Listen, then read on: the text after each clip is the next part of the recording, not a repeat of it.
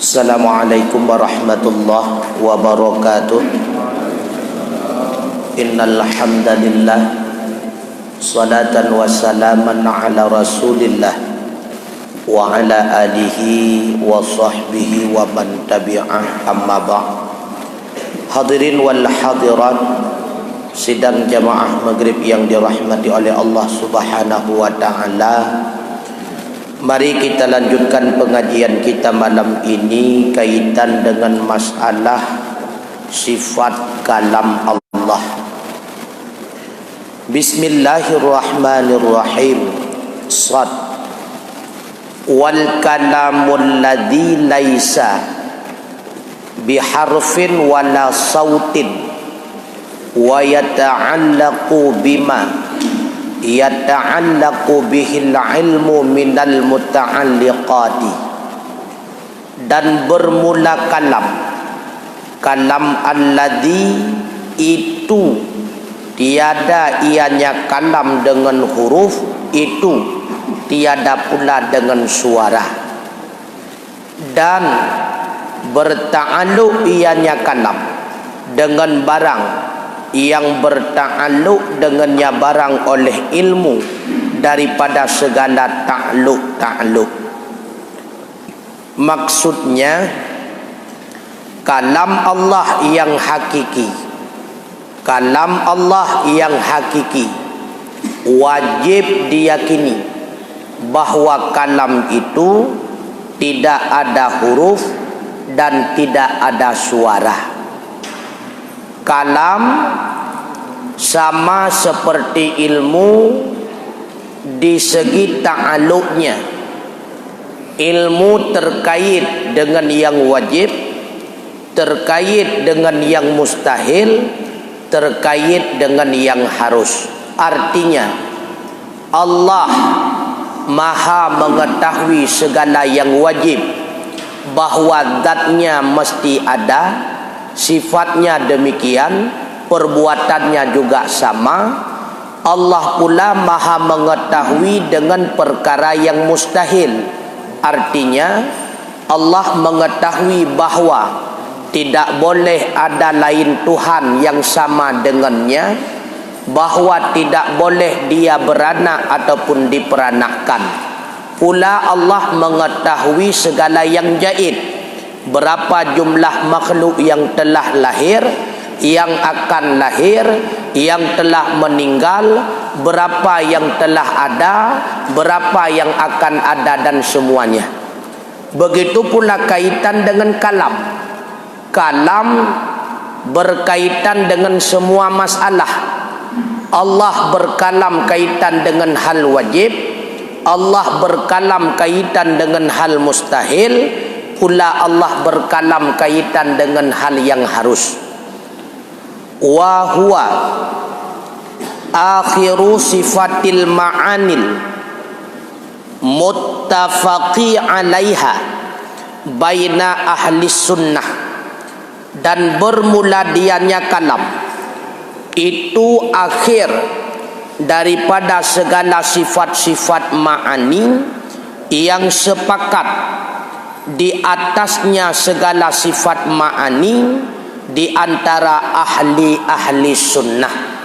Seluruh ulama ahli sunnah sepakat bahwa sifat ma'ani berjumlah 7: qudrah, iradah, ilmu, hayah, sama, basar, dan kalam. Maka kalam itu merupakan sifat ma'ani yang terakhir, itulah yang ketujuh.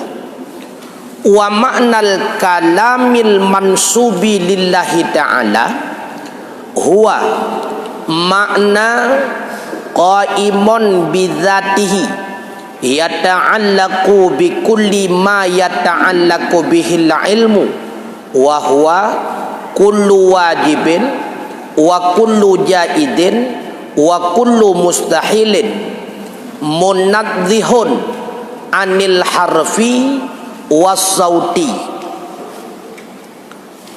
wa taqdimi wa ta'khiri was sukuti wal lahni wal i'rabi wasairi anwa'id taghayyurat. Dan bermula makna kalam yang dibangsakan bagi Allah Ta'ala itu, bermula dianya kalam itu satu sifat yang berdiri ianya sifat dengan zatnya Allah Ta'ala, yang terkait ianya sifat dengan tiap-tiap barang, dan bermula dianya barang. Itulah tiap-tiap yang wajib, tiap-tiap yang jaid, dan tiap-tiap yang mustahil.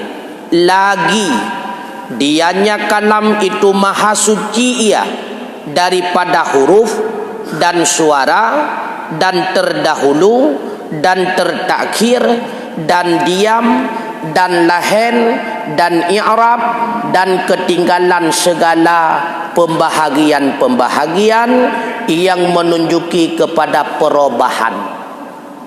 Yang dimaksud dengan kalam, bila mana berbicara dengan kalam Allah, adalah satu sifat yang sifat tersebut berdiri pada zatnya Allah.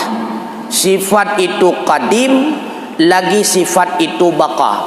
Pula sifat itu laisa kamislihi syai'un, tidak ada wujud keserupaan sedikit pun dengan sesuatu. Karena mukhalafatuhu lil hawadis, berbeda Allah dengan makhluk. Bila mana Allah berbeda dengan makhluk, pastinya sifat Allah pun berbeda dengan makhluk. Di antara sifat Allah kalam, maka kalam Allah pun wajib berbeda dengan kalam makhluk. Kalam makhluk berhuruf, kalam Allah tidak ada huruf. Kalam makhluk ada wujud suara, kalam Allah tidak wujud suara. Kalam makhluk ada terdahulu dan tertakhir, kalam Allah tidak terdahulu dan tertakhir. Kalam makhluk ada diam, kalam Allah tidak berakhir dengan diamnya. Kalam makhluk ada lahennya, makna lahen ada bacaan yang tidak sesuai dengan makhrajnya. Ra dibaca dengan ra dibaca dengan ra. Kalam Allah tidak demikian. Begitu pula sebagaimana kalam makhluk adatnya Arabnya, bila mana diawali oleh huruf jar, maka baris akhirnya akan jar, seperti minar rabbi. Karena awalnya didahului oleh huruf nasab, maka baris akhirnya wajib patah, seperti inna a'ta. Maka kalam Allah tidak demikian. Kullaha min ausafil kalamil hadisi, karena bahwa sungguh ini tiap-tiapnya ini itu bahagian daripada segala sifat kalam yang baharu. Ada diam, itu sifat kalam makhluk. Ada perubahan, itu sifat kalam makhluk. Ada lahen, itu sifat kalam makhluk. Kenapa kalam Allah tidak boleh ada diam? Apabila ditakdirkan seandainya terjadi diam sebelum Allah berkalam, berarti kalam Allah baharu, dulunya tidak ada, kemudian baru ada. Ataupun ditakdirkan diam ketika Allah sudah berkalam, berarti kalam Allah tidak lagi baqa, kidam tetap, tetapi baqanya hilang karena pernah terjadi hilang kalam. Sedangkan setiap sifat yang kadim, pasti dia itu bersifat dengan sifat baqa. Sebagaimana kita ketahui ketika kita katakan zat itu kadim, dengan sendirinya zat itu mesti baqa. Setiap yang baqa pasti kadim, setiap yang kadim pasti baqa. Sifat Allah berupa kalam, kadim atau tidak? Kadim, maka dia itu wajib baqa. Oleh karenanya kalam Allah tidak pernah terjadi diam, kalam Allah tidak pernah terjadi berakhir. Maka kalam Allah itu kadim dan kalam Allah itu baqa. Wa kaifiyatuhu majhulatun lana kama la nuhitu bi dzatihi wa bi jami'i haqaiqi sifatihi. Dan bermula modelnya kalam Allah Ta'ala itu dimajhulkan bagi kita, sebagaimana barang yang tidak mampu kita liputi dengan zatnya Allah dan sekalian hakikat-hakikat sifatnya Allah. Kalam Allah hana awai, hana. Kalam Allah hana akhir, hana. Kalam Allah hana huruf, hana. Hana suara, hana pakiban. Yang baik nutanyang pakiban. Hakikat diri kalam tersebut tidak ada yang tahu. Sebagaimana tidak ada yang tahu hakikat bagaimana zat Allah, tidak ada yang tahu. Cuma Allah memberitahu kepada kita zat Allah itu kadim, zat Allah itu baka nandagai. Begitu pula sifat-sifatnya Allah yang lain. Allah kudrah. Bagaimana kudrah Allah, tidak ada yang tahu. Allah memiliki iradah. Bagaimana iradah Allah, hana sodo. Allah sama, tapi samanya Allah bukan dengan telinga. Bagaimana? Tidak ada yang tahu. Yang wajib kita nyata yakini Allah berkalam dan kalamnya Allah berbeda dengan kalam makhluk. Nan kabere. Kepakiban hana wajib dan hana hak bagi kita nyawa. Karena dengan alat utak kita nyawa yang terbatas, pasti tidak akan mungkin dapat mendapati sesuatu yang namanya sifat tidak terbatas. Pikiran kita nyawa terbatas, bahkan terbatas karena hidup bak anggota yang terbatas. Karena hidup bak anggota yang terbatas, dia pun terbatas. Karena dia yang terbatas, han mungkin terpikir sesuatu yang tidak terbatas. Makanya hana suah fikir pakiban kalam Allah nya hana suah demikian. Lagi kalam dro oleh Allah Taala. Kemudian wal hurufu innama hiya ibaratun anhu wal ibaratu ghairul mu'abbari anhu falidzalika ikhtalafat bi ikhtilafil alsinati walam yakhtalif huwa. Dan bermula huruf itu hanya saja bermula segala huruf itu ibarat daripadanya mu'abbar anhu, dan bermula ibarat itu bukan mu'abbar anhu. Maka karena demikian berbeda-beda ianya ibarat dengan sebab berbeda-beda bahasa, dan tidak berbedalah oleh dianya mu'abbar anhu.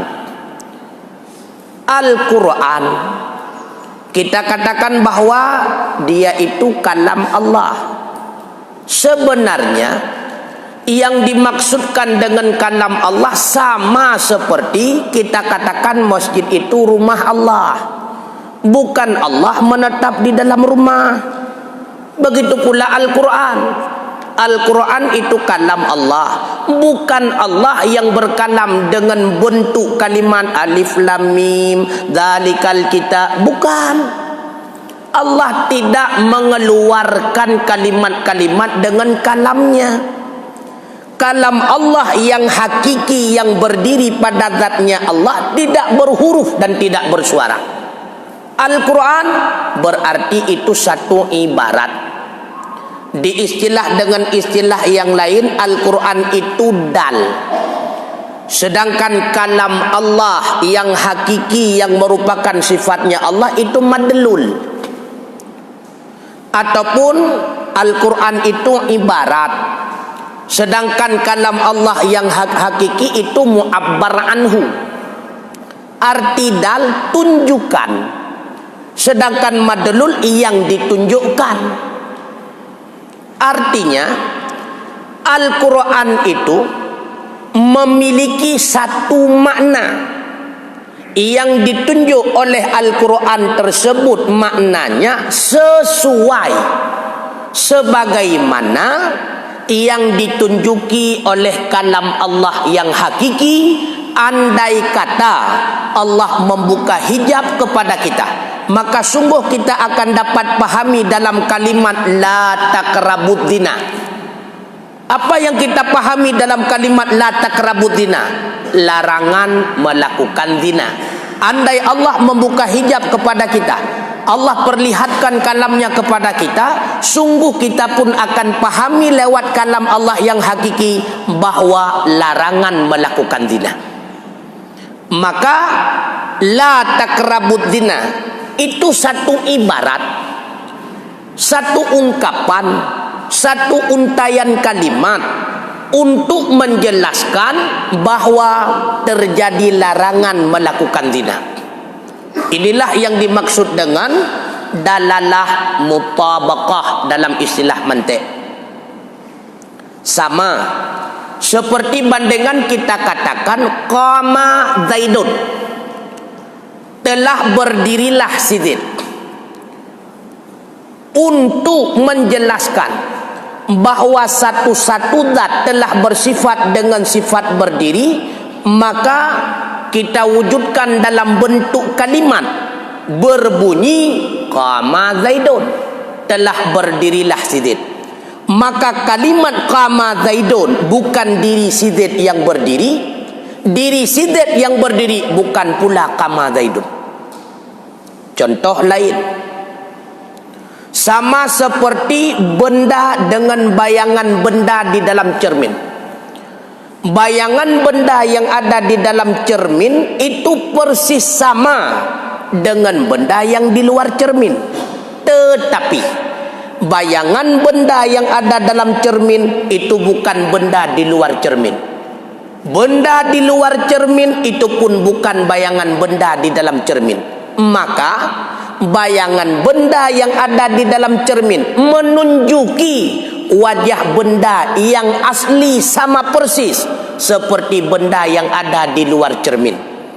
Maka Al-Quran ibarat bayangan benda yang ada di dalam cermin, sedangkan kalam Allah yang hakiki ibarat seperti benda yang ada di luar cermin.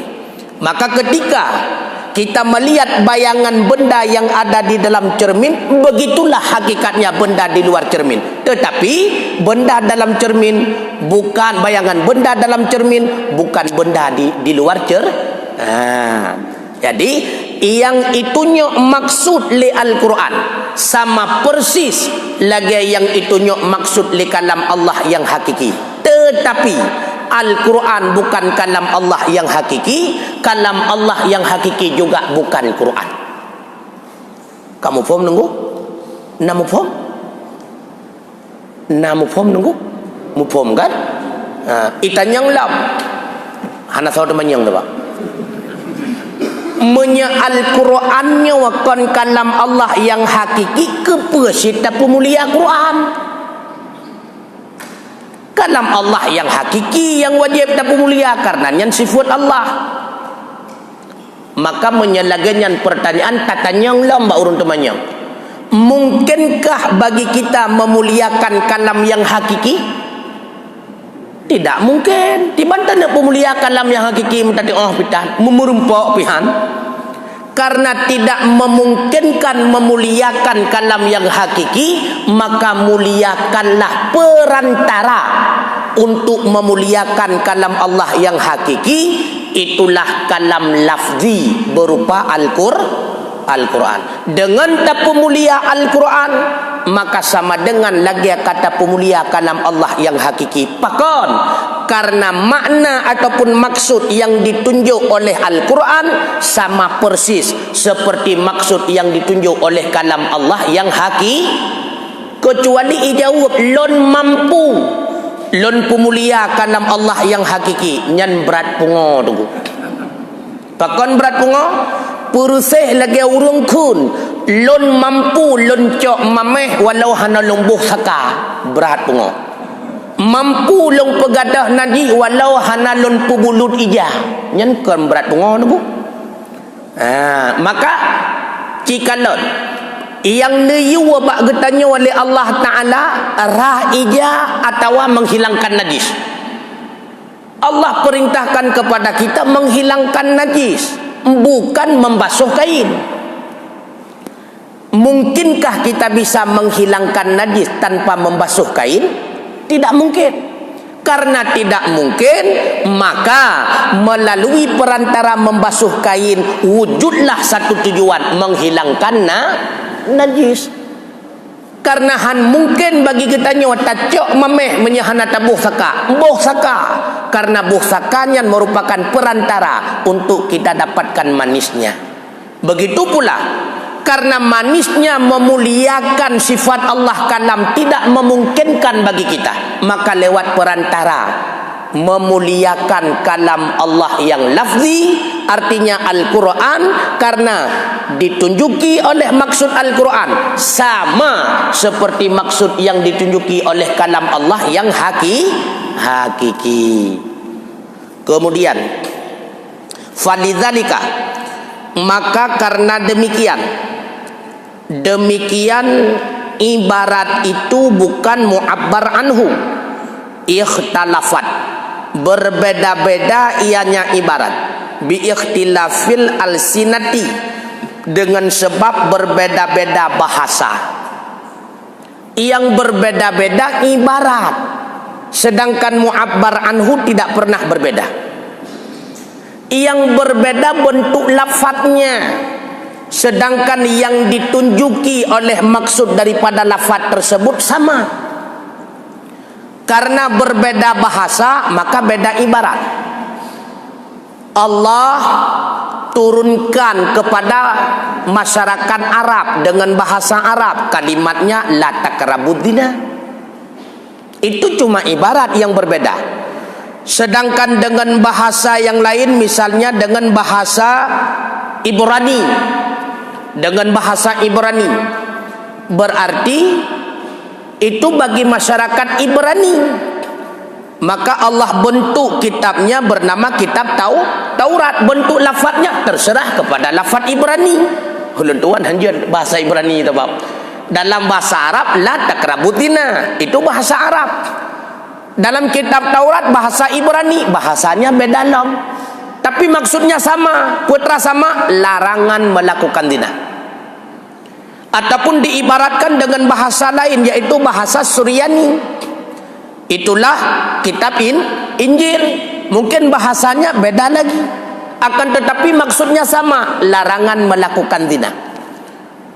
Kemudian diibaratkan dengan ibarat bahasa yang lain, yaitu bahasa Qibti, diturunkan berupa kitab Zabur. Ibarat cuma beda, bentuk lafaz tidak sama, tapi maksud sama, larangan melakukan zina. Sama seperti bahasa kita nyosi urau-urau, maksud sama tapi bahasa beda. Menyebab kita hina umum, kita nyoken kios, artinya kedai ubit tempat dagang, kios kita nyoken. Tajak usama langa gepenan bank, tajak kedai waktu jungka gajah gepenan boh pep. Maksud sama, itulah kios, tempat kecil dagang-dagangan. Bahasa beda, maka ibarat cuma beda, maksud sama. Ada diibaratkan dengan bahasa Qibti, ada diibaratkan dengan bahasa Suryani, ada diibaratkan dengan bahasa Ibrani, tapi maksudnya sama, adalah larangan, tidak boleh melakukan zina. Maka yang terjadi berbeda-beda bentuk ibarat, sedangkan mu'abbar anhu, tunjukkan maksud dari ibarat tersebut sama. Nampak nunggu? Nah, bentuk mufhum berarti menyeke bangsa Israel nyanla ilam hukum gebili Allah. Kon sama. Sebagaimana gelarang kegetannya umat Islam hanjat muzina, ke Bani Israel pula ganyan hanjat muzina nunggu. Cuma bentuk bahasa jih beda di dalam kitab. Hanjut kegetannya gelarang cuma-cuma, ke kaum umat awal juga gelarang. Kita dilarang membunuh, merampok. Umat yang lalu juga demikian. Cuma ibarat bentuk bahasa beda. Kenapa beda? Karena beda bahasa. Nyo sakai. Maksud saboh nunggu. Lam Injil laganya, lam Taurat menan, lam Zabur menan, mandum sama nunggu. Apa yang dilarang kepada kita umat Islam, begitu pula kepada umat-umat sebelumnya. Mandum getam nunggu. Cuma ibarat berbeda-beda. Walam yakhtalifuwa, sedangkan madlul, tunjukkan maksud daripada ibarat tersebut sama semua. Bentuk lapai sagai beda, karena beda bahasa. Sedangkan maksud daripada lafaz tersebut tetap sama. Lon, aku, gua, kena bahasa je no. Maksud apa? Bentuk bahasa tak beda. Fa harful Qur'ani hadisatun wal mu'abbaru anhu biha wa huwal ma'nal qaimu bi dzatillahi qadimun. Maka bermula huruf Quran itu hadis, dan bermula mu'abbar anhu dengannya huruf, dan bermula dianya itulah makna yang berdiri, zat yang berdiri dengan zat Allah Ta'ala itu kadim. Maka Al-Quran tinjauan diri tulisan, tinjauan diri kertas, tinjauan diri tinta, tinjauan diri dibukukan, itu hadis. Maka diri tulisan hadis, diri kertas hadis, tapi diri tunjukannya sama seperti tunjukan apa yang ditunjuki oleh kalam Allah yang hakiki, maka itu kadim. Tunjukan itu kadim. Karena zat sifat Allah adalah kadim. Nyo salah Al-Quran nyo kadim pu hadis. Nah tinjauan ni menyata tinjau orang sago tulisan, tinjau orang sago kertas, tinjau orang sago tinta, percetakan, pembukuan hadis. Nah yang baru 2015 dicetak, di mana pegah kadim? Nah yang baru 2017 dicetak, di mana pegah kadim? Tapi madlul daripada Al-Quran itu kadim. Artinya tunjukan yang ditunjuki oleh perkaliman Al-Quran itu sama seperti madlul yang ada pada zatnya Allah. Itulah kalamnya Allah itu kadim. Jadi bersalah-salah anda. Fatilawatu wal qiraatu wal kitabatu hadisatun. Tilawahnya Al-Quran, qiraahnya Al-Quran, tulisannya Al-Quran hadis. Pajan terjadi baca, watena urun baca. Pajan terjadi tilawah, watena urun tilawah. Pajan terjadi tulis, watena urun tulis. Berarti hadis. Karena itu terkait dengan perbuatan si makhluk hadis. Makhluk hadis, maka perbuatan makhluk juga hadis. Wal matluun wal makrurun wal maktubun qadimun ma dalat alaihil kitabatu wal qiraatu wat tilawatu. Dan bermula yang ditilawahkan, yang dibacakan, yang dituliskan itu kadim. Artinya ma yang menunjuki di atasnya oleh kitabah tulisan, oleh qiraah bacaan, oleh tilawah, itu semuanya adalah kadim. Maka bacaan kita hadis, tulisan kita hadis, tetapi yang ditunjuki oleh apa yang kita baca, yang ditunjuki oleh apa yang kita tulis itu kadim. Jangan pun mata tanya ulang mana masalah. Wa zalika kadzikrillahi fa inna dzikra hadisun wal madhkuru wa huwa rabbul ibadi qadimun wa huwa rabbul izzati fafham wa raji' kitabal a'immati ta'allam. Bandingannya seperti menyebut Allah, bandingannya seperti menyebut Allah, maka bahwa sungguh menyebut itu hadis, dan bermula yang disebutkan itulah Rabbul Ibad, Tuhan yang semua makhluk beribadah kepadanya, kadim, dianya itu kadim. Watetakun Allah, sebutan tersebut kadim ataupun hudus. Hudus ianya baru takun, mana galam takun, di mana pernah kadim. Baksau itu biat kalimat Allah, babah makhluk adalah hudus. Berarti apa yang keluar daripada makhluk juga hudus. Allah diri menyebut kalimat Allah itu hudus, tetapi madlul daripada lafaz Allah tersebut itulah zat yang memiliki nama Allah, zat itu kadim. Mengucap kalimat Allah hudus, sedangkan madlul yang ditunjuki oleh nama tersebut itulah zat itu adalah kadim. Maka setiap nama-nama Allah ketika kita baca, maka terbacalah lewat kita, lewat lidah. Ketika setelah terbaca lewat lidah, yang kita baca tersebut hudus. Nama Allah kadim, sifat Allah kadim. Ketika wujud melalui lidah kita, keluar lewat lidah kita, lewat lisan kita, maka jadilah ucapan itu menjadi hudus, dasar kadim tenggu. Nan Allah al-awwalu wal akhiru nyanyan mandumnya kadim. Ar-Rahman Ar-Rahim Al-Latif. Pajan gu hukum hadis bakwate itibit lewat lidah katanya. Kagakun hadis. Artinya nama-nama Allah yang keluar lewat lidah manusia, yang terucap lewat lisan manusia itu hadis. Sedangkan diri nama tersebut qadim. Allah, lafaz Allah yang keluar lewat lidah manusia itu hudus, sedangkan zat yang memiliki nama Allah tersebut qadim. Wallahu alam bisawab. Makanya fafham, kata musannif, pahami olehmu, waraji' dan kembali olehmu kitab al-a'immati, akan kitab-kitab para imam-imam besar kaitan tauhid. Ta'allam, pelajari kembali. Tujuan pelajari kembali supaya lebih luah getanya pahami. Wallahu a'lam bishawab. Mungkin ada pertanyaan, silakan. Baik, pengajar semua, mungkin ada yang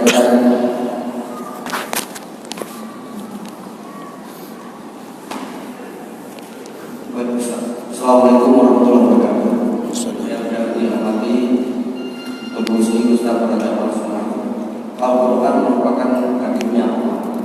Sementara Zabur, Taurat, Injil itu apa juga merupakan hakimnya Allah. Terima kasih. Assalamualaikum warahmatullahi wabarakatuh. Putra tiga tu Zabur, Taurat, Injil, kemudian kadimnya Allah. Ini nampak pertanyaan ya. Karena begini Ustaz,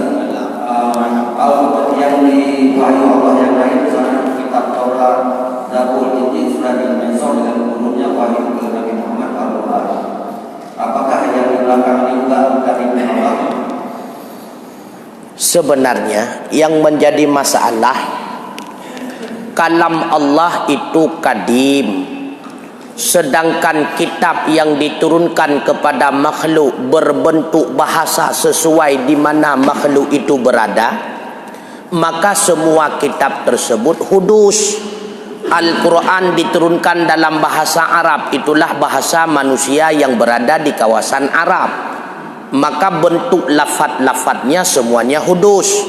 Begitu pula Injil, kitab yang diturunkan sesuai dengan bahasa masyarakat tersebut. Zabur sesuai dengan masyarakat yang ada pada tempat tersebut. Kemudian Taurat juga demikian.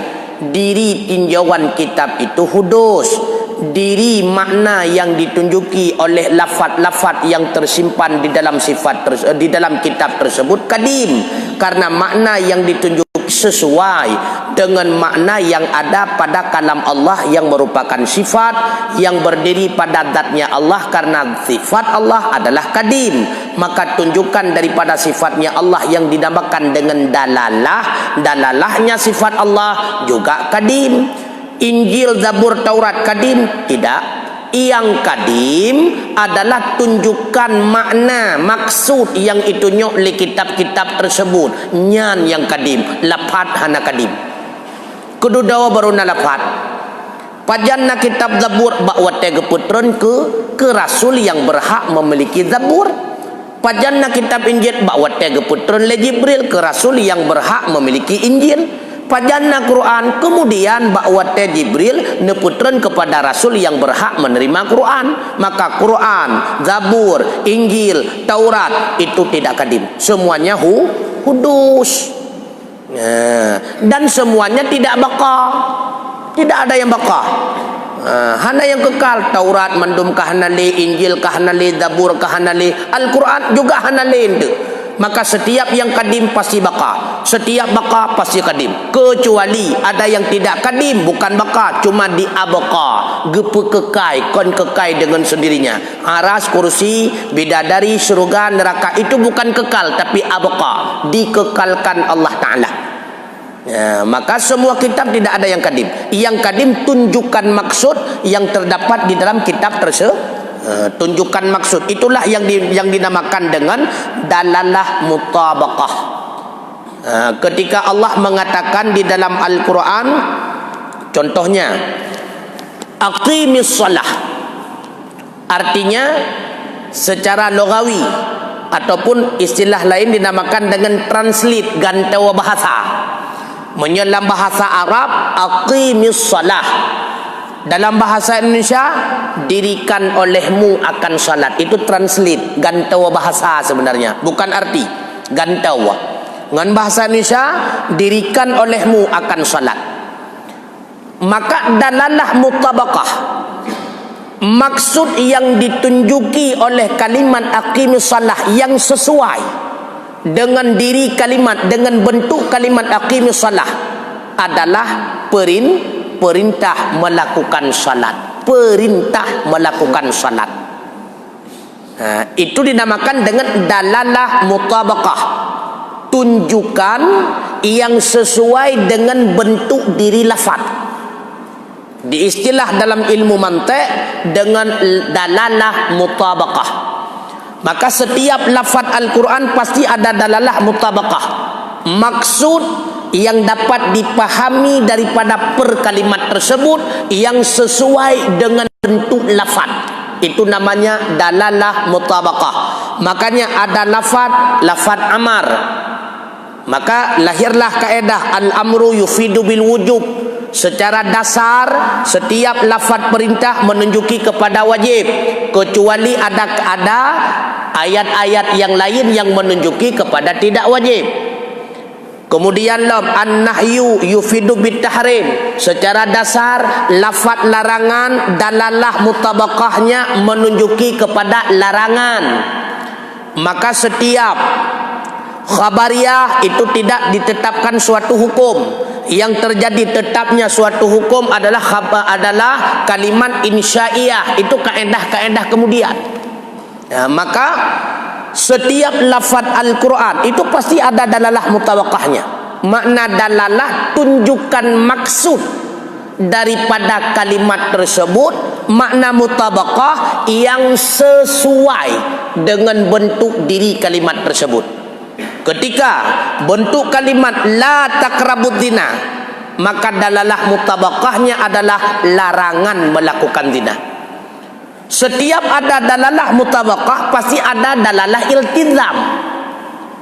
Apa yang dimaksud dengan dalalah iltizam? Melazimi akal kita bahwa mengetahui itu kalimat bukan dari Allah, tapi tunjukkan kalimat tersebut maksudnya sesuai dengan maksud yang didalalah oleh mu'abbar anhu. Itulah kalam Allah yang hakiki. Contoh lain yang mengamufum sidrau urang truk badrawan tengku gekeun le urang nyan amanah tungku pulen uro sabtunya geyo langkah baganyan kauri pusunat anu.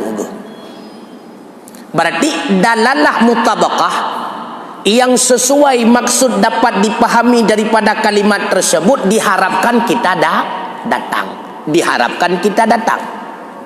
Sedangkan dalalah iltizam secara akal melazimi bahwa kalimat yang beliau ucapkan tersebut tunjukkannya memang sesuai dengan apa yang diucapkan oleh pemilik kanduri. Akan tetapi bahasanya hana sama. Wategekun bak beliau guyundang getanya golam tuntai laganyan bahasa. Yang penting dalalah mutabaqah kasama kabereh. Sedangkan dalalah iltizam itu menglaju leakai getanya. Leule getanya irempa. Po rumah pasti koleganyan gepegah nyo menyakai kamah ipu kurung ji, tapi tujuan kabere. Tujuan kabere yang kenyan gekun dalalah iltizam. Langsung ngaju akai kita nyo tadi pu nyan bahasa li po rumah koleganyan gepegah. Cuma yang sama maksud sagai sama. Maksud sama dinamakan dalalah mutabaqah. Ule getanya langsung iterimang putrai terimang bahwa bahasa porumuh kon menan nyentok bahasa agatnyan gekun dengan dalalah iltizam. Artinya ketika Al-Quran diturunkan kepada Rasulullah, dalalah mutabaqahnya sesuai dengan apa kalam Allah yang ada pada zatnya Allah. Sedangkan iltizam secara logika dapat getanya pahami bahwa lafaz tersebut lazim menurut akal. Lafaz tersebut hanya sebatas dal, tukang tunjuk bahwa maksud daripada kalam Allah laganya tapi nyokon kalam Allah. Jaga kun dalalah iltizam. Maka dia ahwat takut la takrabut dina Allah kan laganya kun betul pom tu. Munya laganya Allah nekun berarti kalam Allah na huruf ta huruf la ta qaf ra ba alif lam zaw alnya nun alnya naya nisbah lam la takrabudina karena huruf. Lalu ada suara, kalau tidak ada suara tidak mungkin ada huruf karena lebih umum suara daripada huruf, lebih umum suara daripada huruf, karena setiap yang bersuara belum tentu ada hurufnya, dan setiap ada hurufnya memungkinkan wujud suara. Berarti menyatakan di kalam Allah karena suara memungkinkan kalam Allah ada huruf memungkinkan ada suara. Betul. Bahkan betul, karena terjadilah wujud keserupaan antara sifat Allah dengan sifat makhluk. Kalam itu sifat Allah, kalam pula sifat makhluk. Wujud keserupaan antara sifat Allah dengan sifat makhluk mustahil. Buktinya laisa kamislihi syai'un. Itulah ayat yang